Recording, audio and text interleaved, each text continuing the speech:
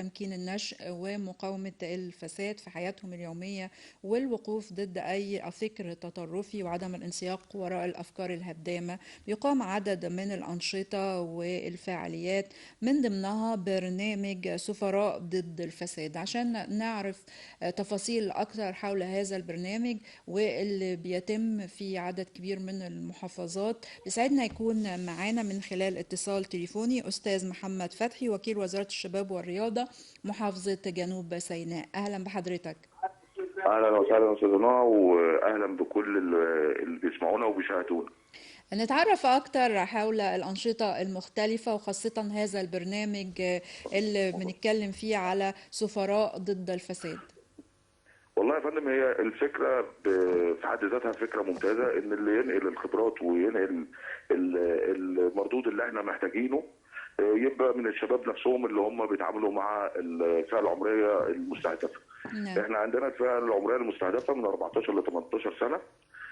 فتحنا لينك للتقدم، كل واحد عايز يتقدم للموضوع ده يبتدي او شايف في نفسه ان هو ممكن يكون سفير مش هنقول بقى ضد الفساد، لكل المحاور من خلالها ان احنا بندي رساله للناس. بعد كده عملنا مقابلات شخصيه لكل المتقدمين عن طريق اللينك، وتم اختيار مجموعه متميزه منهم. والمرحله اللي بعد كده ان احنا بنديهم تدريبات عن طريق المختصين فتره معينه، 4 ورش عمل. والسفراء دول بقى بيبتدوا ان هم يعملوا المبادرات بتاعتهم للنشء زمايلهم في المدرسه، في المجتمع المدني، في مراكز الشباب. المحاور اللي هم ممكن ان احنا بنتكلم فيها، نعم. العنف، مفهومه وانواعه واثره على المجتمع. أيوه. الغش واضراره وكيفيه المحاربه بتاعته، الامن السيبراني، التمييز، التحرش، الشائعات واثرها على المجتمع والفرد اللي موجود فيه، الانتماء وتعزيز روح الحفاظ على الملكيه العامه. كل المستهدفات ديت احنا بنديهم ورش عمل، 4 ورش عمل اللي تم انتقائهم في الفئه العمريه من 14 ل 18 سنه. وبعد كده بيكونوا مجموعات، والمجموعات ديت بتوصل الرساله والتدريبات اللي هم خدوها في المجتمع اللي هم فيه، سواء كانت مدرسه او مركز شباب او المجتمع المدني.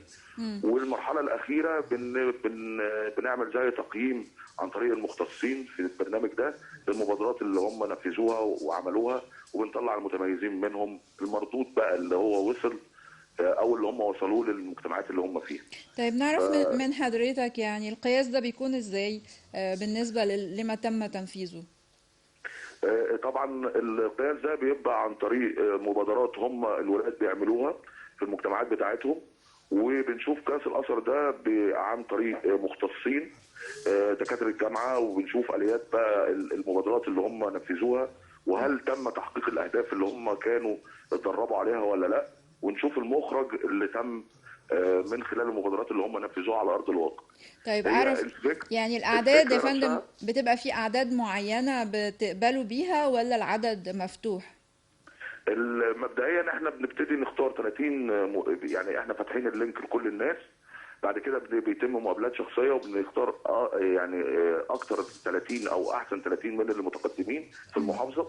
ال 30 دول بيكونوا عايزين مستهدف منهم مثلا 3600 او فيما اكتر، لو المبادرات بتاعتهم بتتحمل عدد اكبر.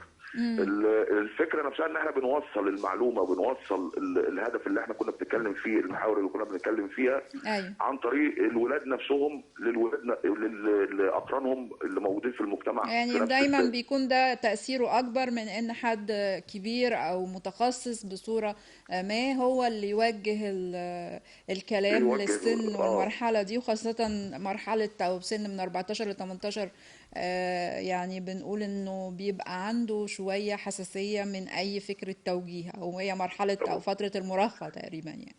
تمام، هي الفكره ديت يا فندم. وبعدين احنا بنقدم نبذ المحاور اللي احنا اتكلمنا عليها دي في صوره مبادرات بيقدمها الشباب للشباب او النشء للنشء.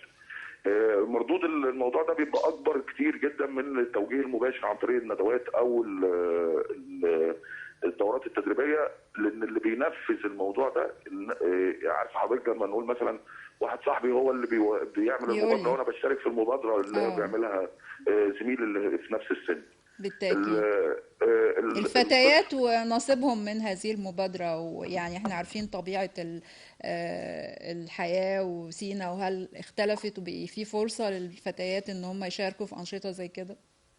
والله يا فندم انا بطمن حضرتك ان الفتاه جوه جنوب سيناء مندمجه جدا في العمل الشبابي والتطوعي والرياضي كمان. عايز اقول لحضرتك ان احنا مثلا في الرياضه على سبيل المثال عندنا فرق للطايره، عندنا فرق للقدم، عندنا فرق جمباز، عندنا فرق للسباحه فيها مشتركات فتيات كتير جدا.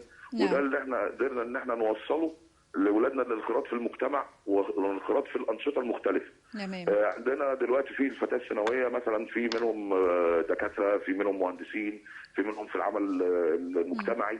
تمام. يعني الحمد لله يعني الاندماج الفتاه الثانويه جوه الانشطه المختلفه وتاثيرها في المجتمع بقى واضح جدا في جنوب سيناء. بإذن الله يكون في مزيد من الأنشطة واندماج لكافة المراحل العمرية ونشر للوعي داخل جنوب سيناء وكل المحافظات. بشكر حضرتك جدا أستاذ محمد فتحي، وكيل وزارة الشباب والرياضة محافظة جنوب سيناء. شكرا يا فندم. شكرا يا استاذ نوع، ونتمنى ان شاء الله ان يكون على ارض الواقع بقى نشوف باذن الله المبادرات اللي عملوها الشباب باذن الله عن طريق البرنامج بتاعكم. شكرا يا بإذن فندم. الله نتمنى كل التوفيق ليهم. شكرا. ربنا يخليك. شكرا يا فندم. مشاهدينا فاصل، نرجع مع حضراتكم نواصل فقرات.